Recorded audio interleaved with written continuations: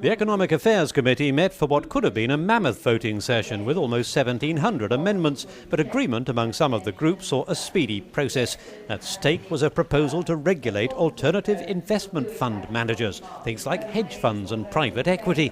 And the report by former French banker Jean-Paul Gauzès was adopted. I hope that we will be able to do a big step forward in regulating what I regard to be fair markets. The world's 30 biggest hedge funds have assets totalling more than €1 trillion, so they can affect financial markets. Most European ones are based in the City of London, where there's nervousness about the plans. It's very interesting about hedge funds and private equity, because when you speak to them, they say they won't really be the guys who are impacted, it'll be the investors. The report will oblige funds to be registered with the regulator, impose greater transparency and insist on minimum capital requirements so there's less borrowing. But the report as it stands would also ban investment in non-EU-owned funds managed from outside the Union.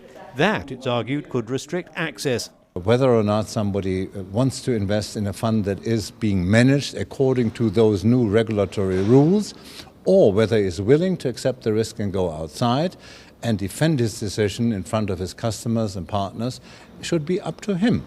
The vote came a day before a vote at the Council on a slightly different version of the proposal, which would allow investment in non-EU funds under the correct conditions. But there are those who don't think the plans go far enough. Voters expect now clear results and very clear strategies, and it's once again one of these watered-down, typical EU compromises. Parliament, Council and Commission will now negotiate a compromise acceptable to all three. The vote on that is likely to come in the autumn.